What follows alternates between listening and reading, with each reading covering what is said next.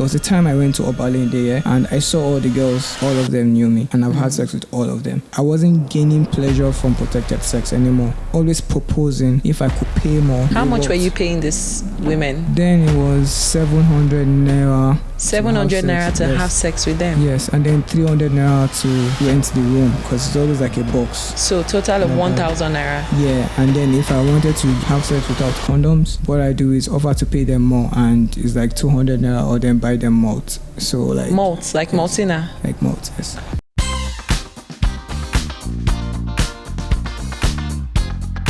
Welcome back to a new season of Doing's Corner. I've missed you guys. We've been off for a little bit. I hope you guys have missed me too, because I have missed you guys a lot. Well, we're back this season and we're even better because we're coming to you with better stories. Trust me, more interesting, more jaw-dropping stories you've never heard before. Just sit tight and enjoy the season. And to kickstart the season, I have with me a young man that has lived quite an interesting lifestyle, to be honest.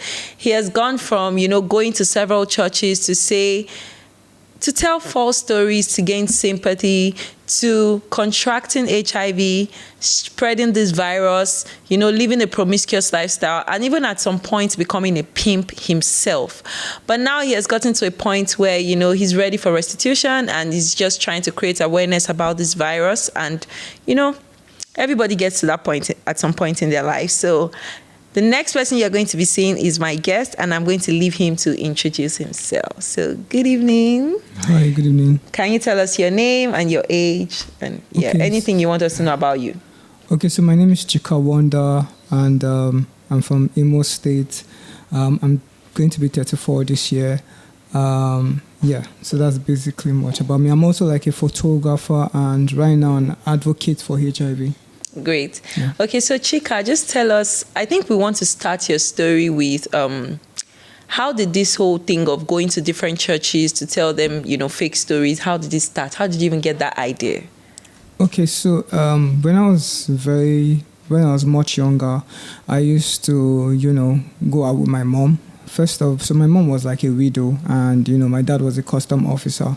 So my dad was not always around at first, and my mom was selling corn. So when my dad passed, it became very worse for the family. Mm-hmm. So my mom couldn't provide for all of the kids that were present then. So at some point, she started going to different, church members' houses in my church, because we used to attend Redeem Church then. So we're going to different members' houses, to solicit for help and all of that. And she used to always take me along because I'm like her last child, you get. So most times I see how she talks to the members and tell them, stuff that's going on at home. Mm-hmm. Sometimes she adds like a little bit of exaggeration to it, to be honest. And then, most of the time I see these members, gets so touched by the stories and all of that and gives us food stuff and money. So it went on and on because she needed me going along with her to carry foodstuffs when we were giving and all. So I was always the person she took. So but I think there was one time I was in church. I cannot remember how I was feeling, but then I was just quiet and I was alone. So one certain lady was passing, and then she looked at me and she was like, "Hi, Chika, how are you?" And I was like, "Fine." She was like, "This one, you're quiet and you're alone. What's wrong?" I was like, "Nothing." And then she was like, "Are you sure? Is everything all right?" And these were questions they used to always ask my mom when we go for visiting. And then I was like, okay, let me respond the way my mom used to respond. And I was like, nothing is actually good right now, that there's nothing in the house, we are hungry, we have not eaten and all of that. And she was like, am I serious? I was like, yes. And then the next thing she did was to give me 500 naira. That was like the first 500 naira I ever had, the 500 naira note. And she gave it to me and she was like, I should go home and then I should come back later, to her house, because I am friends with her kids. Mm-hmm. So I know their house and all of that. So when she said that, I was really surprised. First of all, I was getting first 500 naira ever. And so I went to eat. I didn't even tell anybody about it. And I went to her house that same evening. And I discovered that, she gave me more money. She gave me like extra 2,500 naira. And she gave me food stuff. And I was really shocked. I was like, wow, this is so easy. I just have to talk and then I'm getting this kind of money. And then when I took the money and the food stuff, I went home, I gave my mom the food stuff. She didn't exactly, ask me where the money was coming from or where the foodstuffs were coming from, because we held the money and just gave her the foodstuff. So she just said we should go and cook it, and that's what we ate that evening. So from there on, it became something that was not really, how do I put it, I was now very comfortable with. I was not ashamed to tell people that we have problems and all of that. So I met the lady again another week, and this time I didn't wait for her to come and ask me. I went to tell her, and she gave me more money and more food stuff. So I was like, okay, let me not tell this lady again. She has helped me this week and she helped me last week. Let me tell another person. So I told another person, and then it happened. They were so quick to want to help. Do you understand? So that's when I started doing it, and I was always taking money I'll take food stuff to the house and withhold the money. So it was now like, a normal thing, right? So at some point, I started asking. I almost asked all the whole people in my church, because it was like a small parish redeemed church.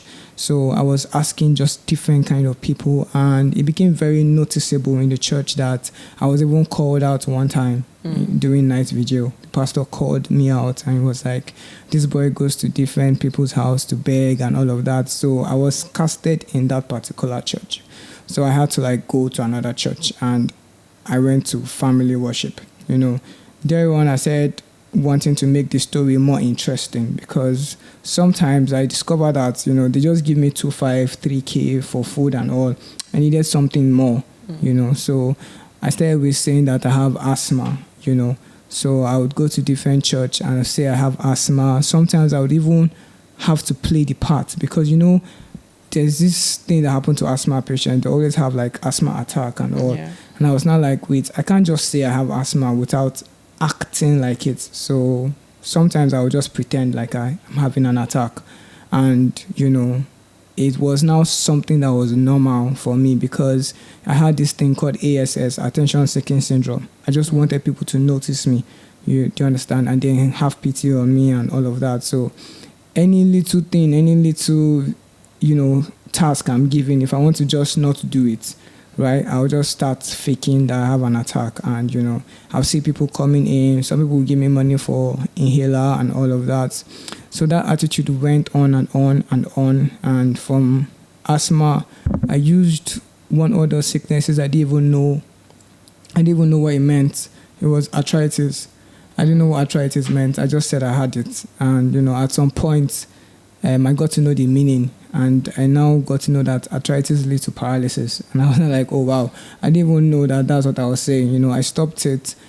I stopped using that sickness, and I started saying I had HIV, going to different church. I've been to churches it started with Family Worship Center. I climbed the altar where the pastor used to preach. I climbed the altar, and then I said I had HIV.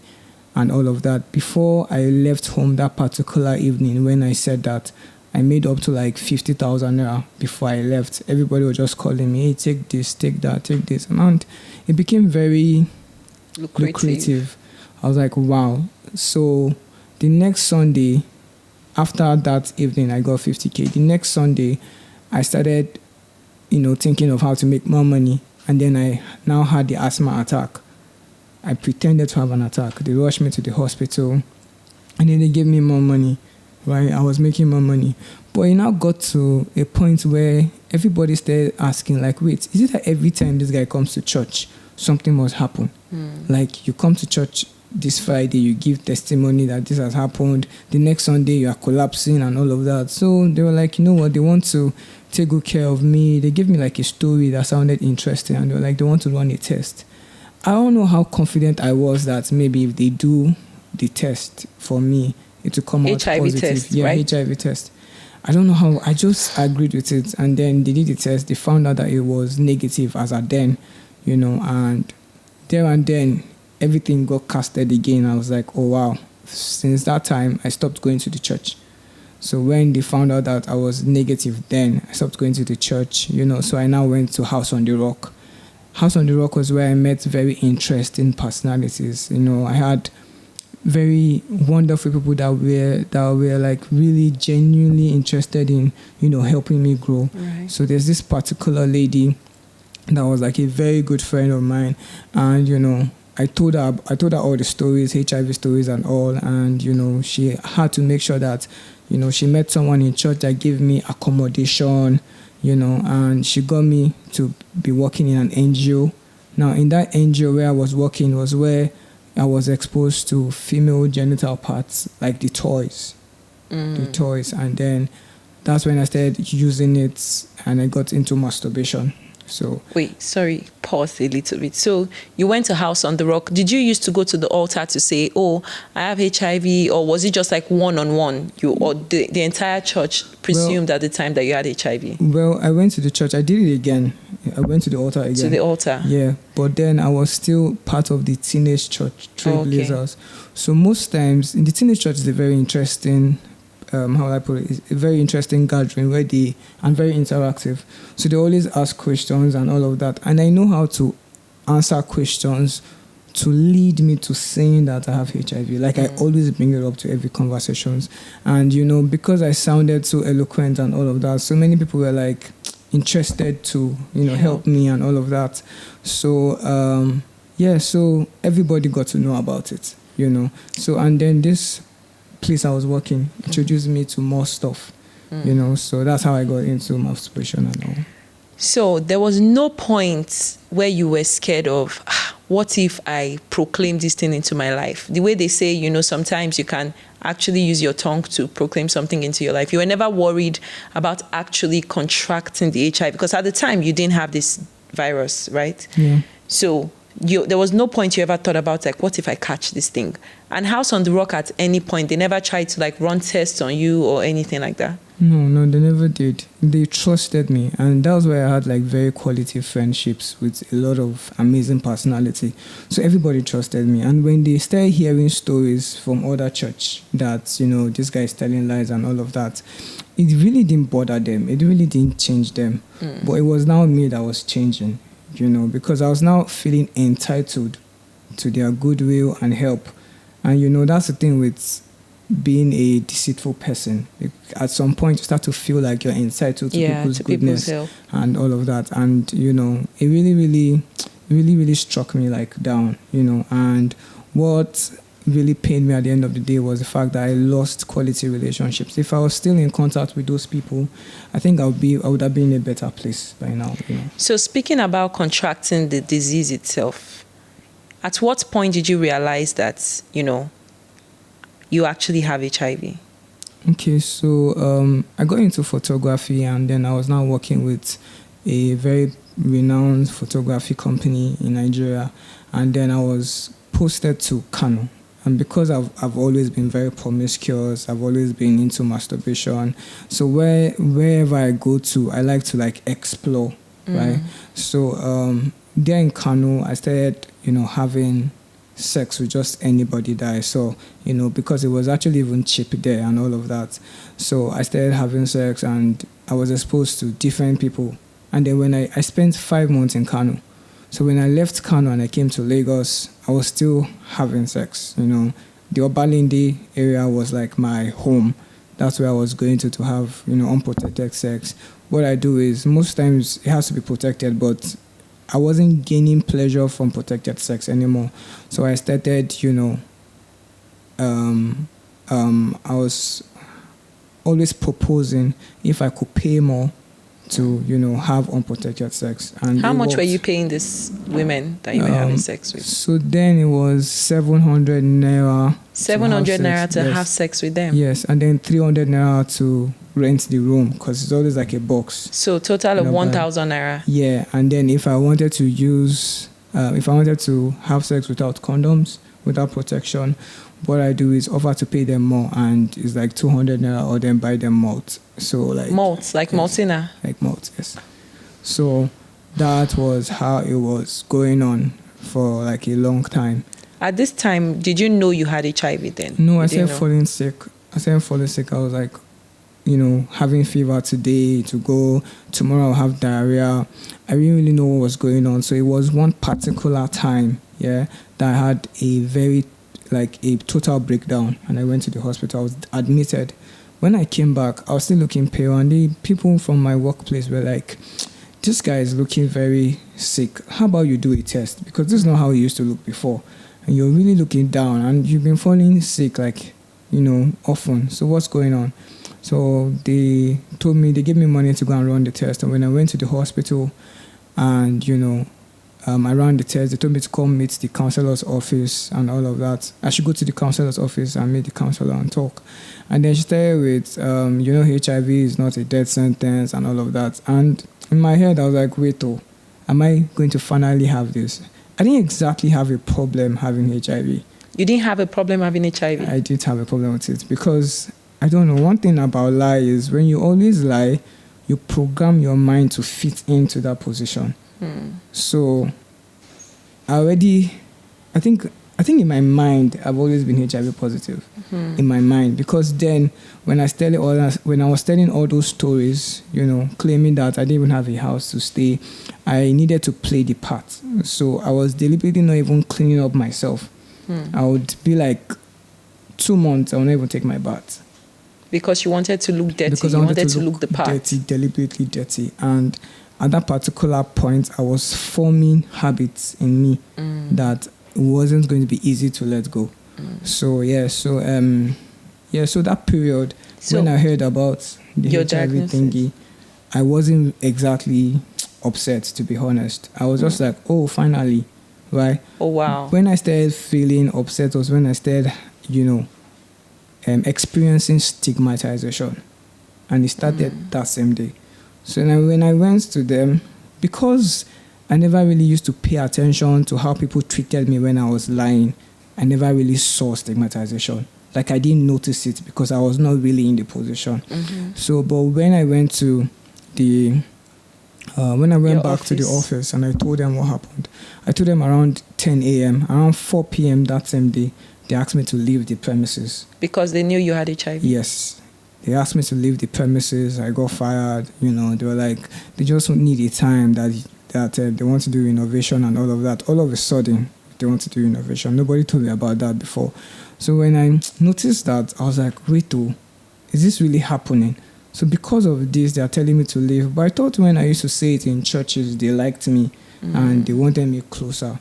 So I said, feeling different. That's why I said feeling different.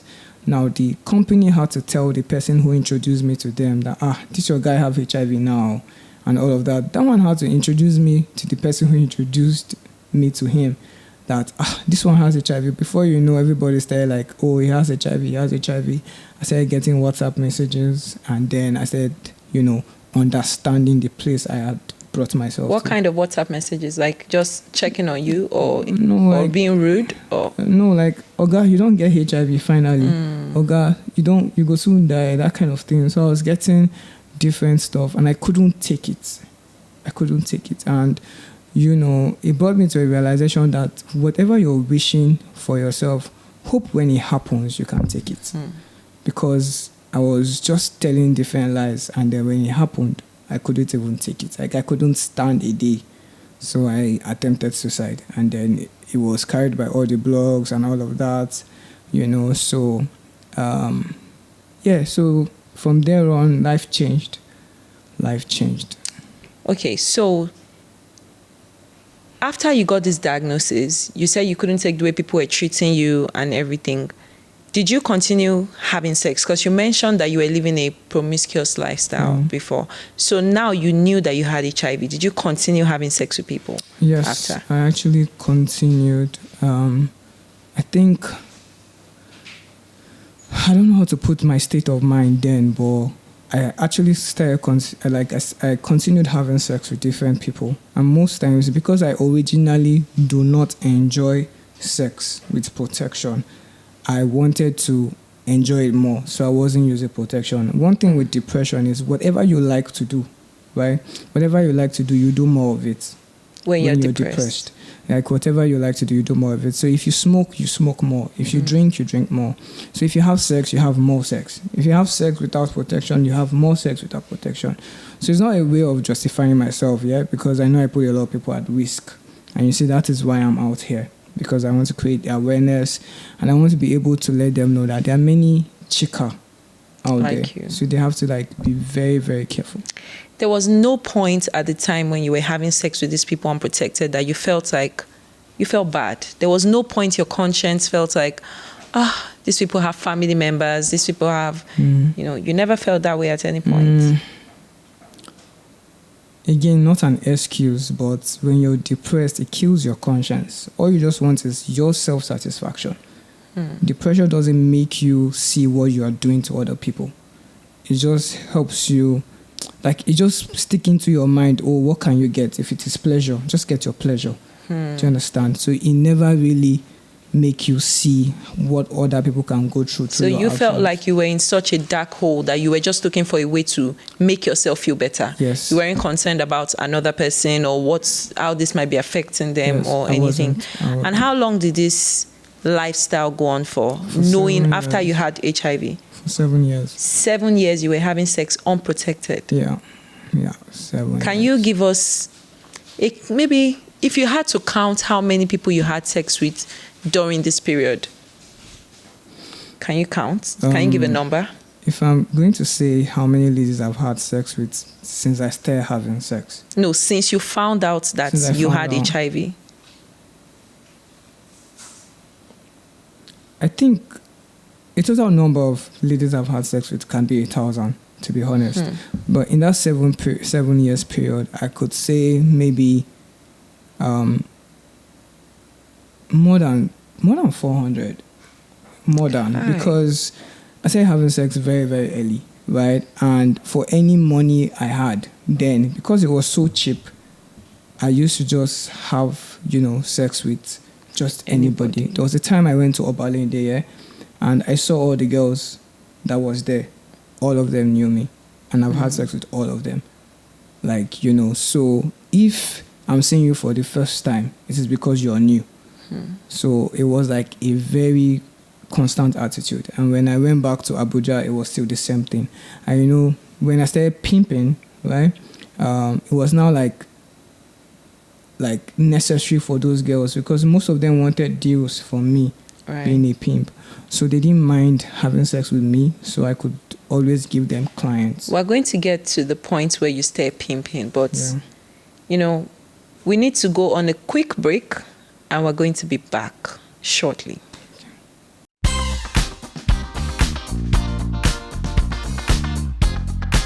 Welcome back from that short break, guys. We're still seated in the studio speaking with Chika. So Chika, before we went on the break, I was going to ask a question. So you said, in general, you think you've had sex with about 1,000 girls. Do you know how many 1,000 girls is? That's over 900 people.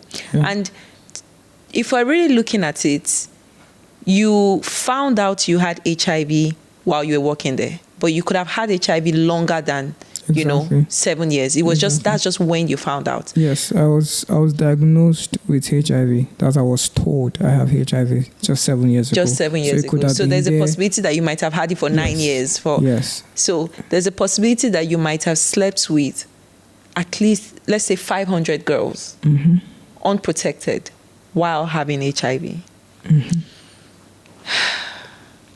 Have you ever gone back to Obalende to check on these girls, to just see how they're faring, or is that something you intend to do at any point? Or are you worried about, if I tell them now, are they going to arrest me? How are they going to, take it? Okay, so before I came out and started saying all of these things, I knew that there could be consequences. I had that in the back of my head, but I just want to do right. I just want to do right. And one of the things that actually also propagated me coming out was when I saw a post that, it takes HIV as a virus when it's inside your body, HIV as a virus when it's inside your body, it takes 5 to 8 years to graduate into AIDS when it's not properly treated, when you're not on your medication. Because then, for that 7 years, I was also not on medication. So, I just started taking my medications November 25th, 2024. That's just like towards the end of last year. Exactly, that's when I started. So I saw a post that stated that if you're not on your medication and you have HIV for 5 to 8 years, it can graduate into AIDS. And when it's now AIDS, that's when it's a disease. And that's when it's now more life-threatening. So when I heard that, I felt like, oh, okay, I think you have just a little time, Chika. So how about you start releasing all of these things in your inside? Because I felt so bitter with the things I have been doing. And, I just wanted a very clean, not a clean slate, because I know that might not be possible. But I just wanted to do right. Yeah. From listening to your story, there are a lot of people that might think, what are the chances that he's lying? He's not lying now. What if he's lying? What if this is just another attention-seeking attempt? Do you understand? Okay. So, first off, I'm not interested to convince anyone, to be honest. And the difference between then and now is that for all of the interviews I've had, I didn't reach out to anybody. It was just in my platform. I was just talking. And then that's how I got I got invited by Lucky Udo, also got invited by my pastor, Apostle Femi Lazarus. I never met any of them. I never spoke to any of them. I mean, when my pastor heard, when he saw my video with Lucky Udo, right, he was like, why didn't I come to him? I was like, I don't want to put myself in the state where I have to start talking to church. I never spoke to anybody in the church.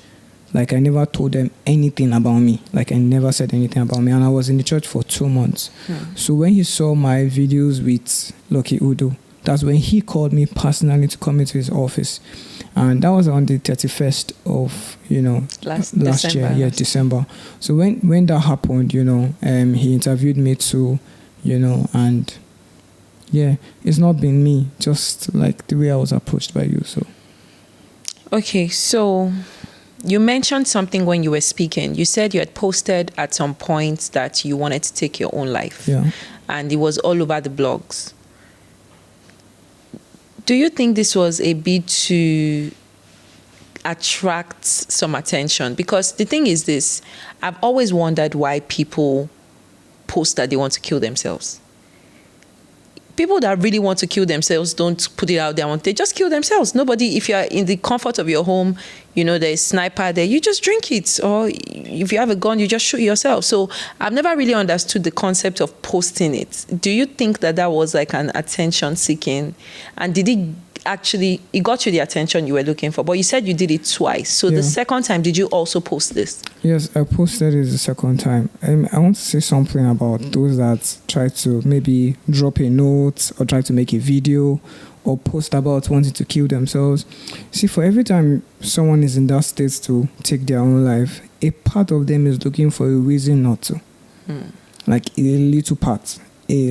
So I had a part of me that was looking for a reason not to, like just one voice, because it felt like everybody left me.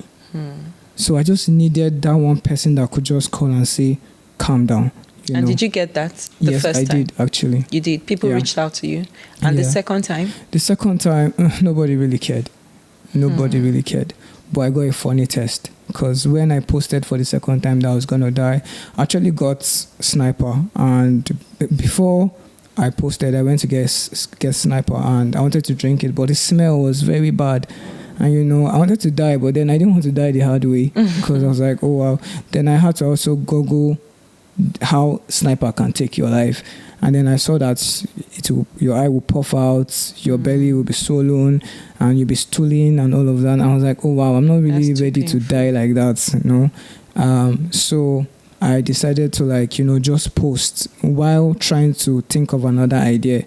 I just posted it. And then I got a text immediately on WhatsApp by Gossip Mail, because I tagged Gossip Mail. Gossip Mail, the blog? Yes. Okay. So Gossip Mail sent me a text, and they're like, they like my energy concerning this post. Wait, sorry.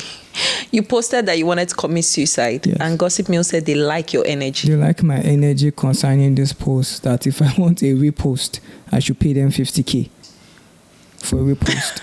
Hold on. I have it on my phone. They want you to they want you to pay them 50K for them to post that you want to kill yourself. Yes. So to help you advertise your own suicide. Exactly. So you actually need money to die. I was shocked. I didn't know. And can we confirm this? Yes, it's on my phone. Actually, my phone. Okay, so we're going to look at the text after the show just to be sure, because Gossip Mill is a brand, and I need to confirm. And then I actually asked them, like, I sent them back a message. I was like, wait, I should pay 50K for me to post that I want to die, and then the person didn't reply, but he read it, and I still have the screenshot on my phone. So after that happened, I think I started having this positive mind shift. I started crying again. And then I started calling the things I have done what they were, for me to really realize that, okay, I've been really messing up.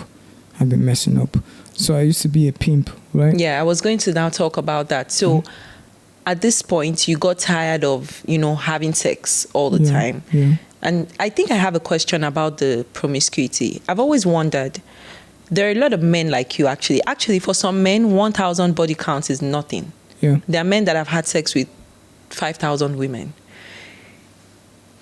It's all vagina, right? Does it feel different with a different girl? Does sex feel... Because I always assume that the aim of that is to get an orgasm, right?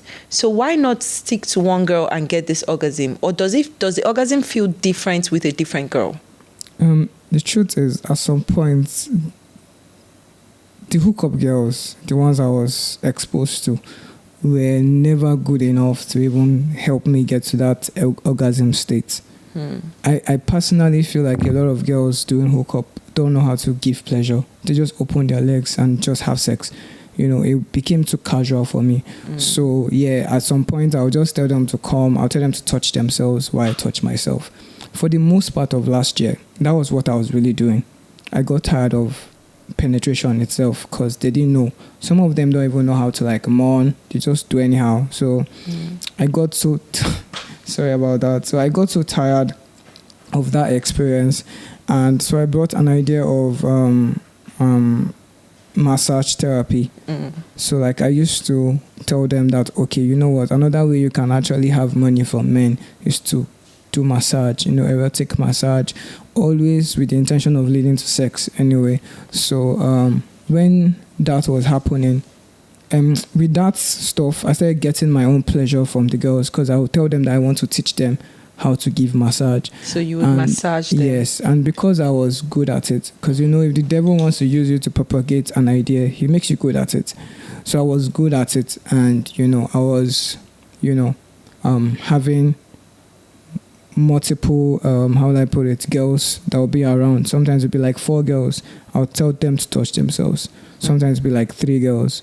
So they saw it as, something they have to do in order to get jobs. So they were all doing it. Okay, so you were, at this point, you had already become a pimp. Yes. So you would gather a number of girls and then give them out to men. Yes. At a cost. Yes. So I was always called by club PROs to bring girls to the club.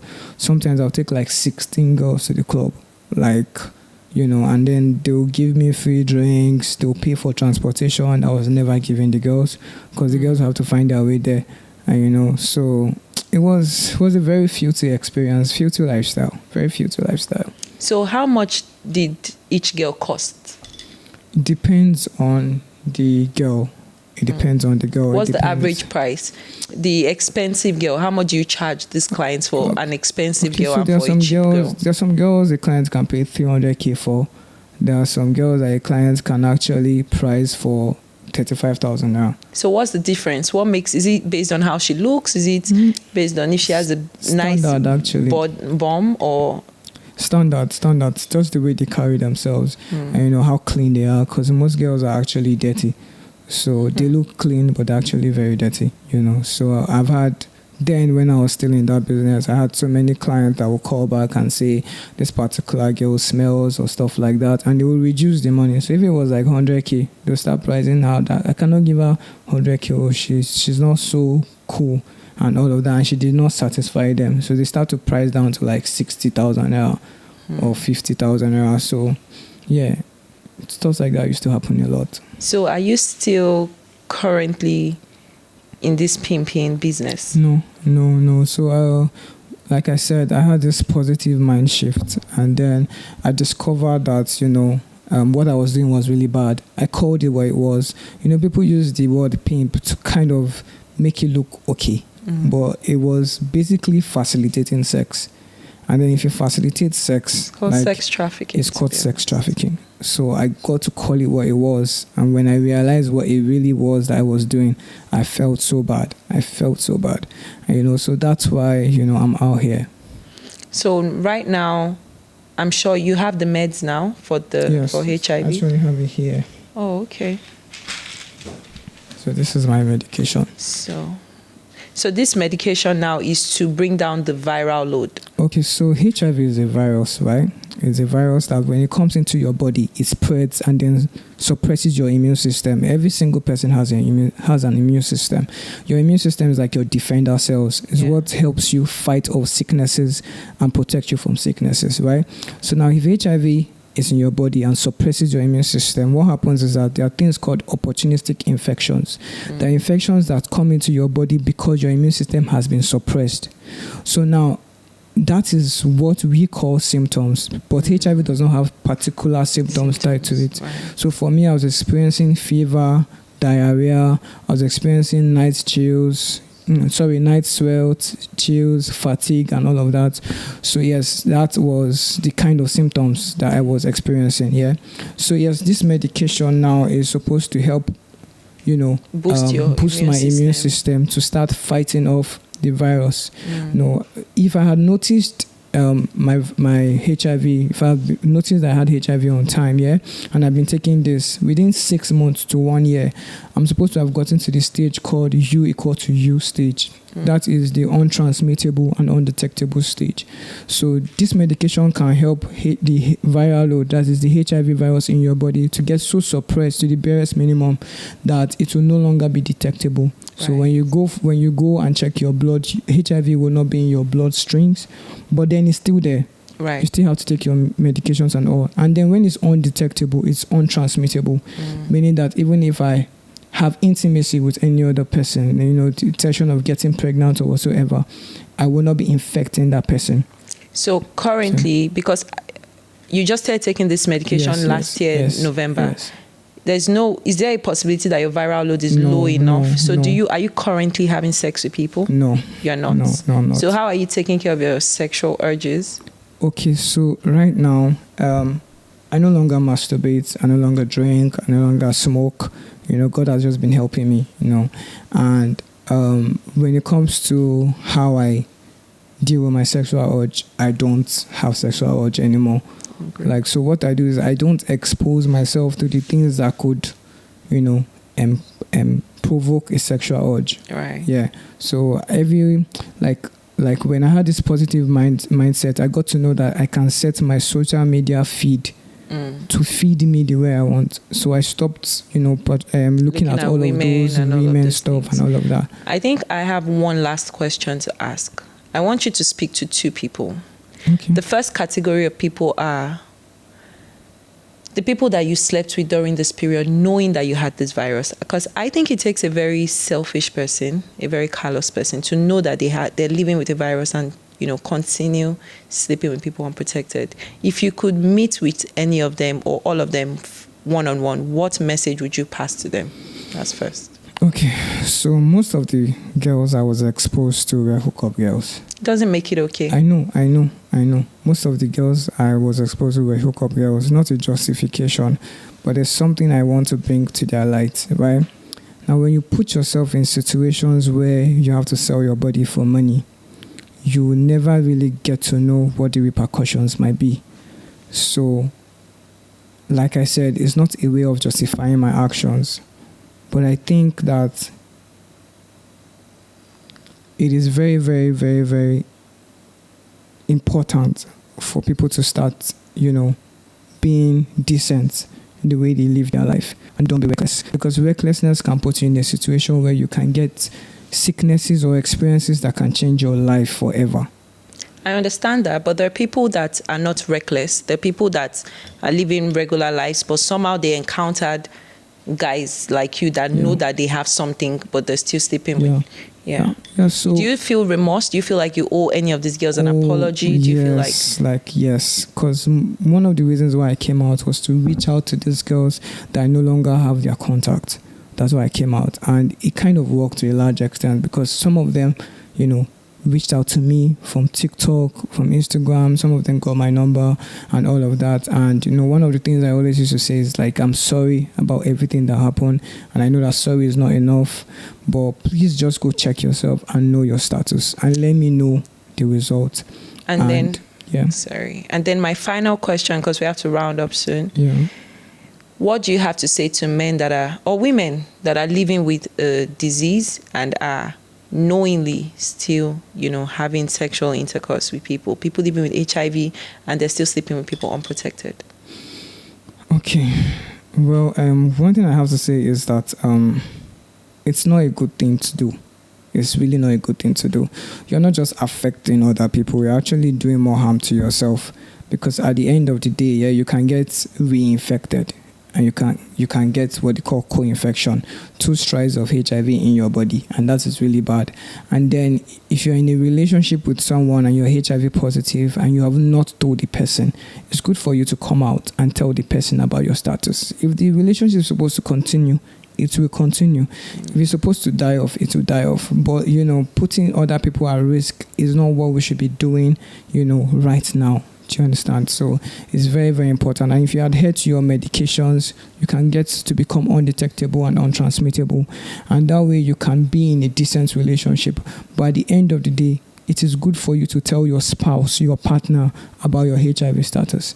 And, using this medium to also really, really get to apologize to people that have put at risk and, all of that. So thank you so much, Chika. I think you're very brave. It's not easy. What you're doing is not easy. And, I know that you're aware that there might be consequences for this because you don't know who is watching. But I applaud you for this bravery. And now, what do you do now? I just want to say something. Sorry. Yeah. So there's this news about Donald Trump halting the funding of HIV in Nigeria. And that is really scary because the HIV population in Nigeria is more than what we all think. Because I used to always say that the amount of people that are living with HIV that are not aware that they have it is far more than the people living with HIV that are aware that they have it. So shutting down or not funding HIV in Nigeria is going to be a big deal. I heard they've resolved. I don't know how solidified that statement is, but please let's just all find a way to make sure that doesn't happen, because it's going to put a lot of people at risk. Thank you. So, guys, Chika is now a photographer. You are a photographer, right? Yes. So, of course, you can always book him. If there are any NGOs that wants to work with him, you can reach out to me and then we'll give you his contact. And, he does photography for a living now. He has a social media account that has some of his work. And, just in case you want to patronize him, we would also leave that in the caption or in the comment section. So there are ways to reach out to him. And yes, we have come to the end of this episode. I hope that you've learned 1 or 2 things from this episode. And yeah, this is a very sensitive topic. I don't want to comment. I will just leave it at this, and I will see you next week. Same time, same station. Goodbye.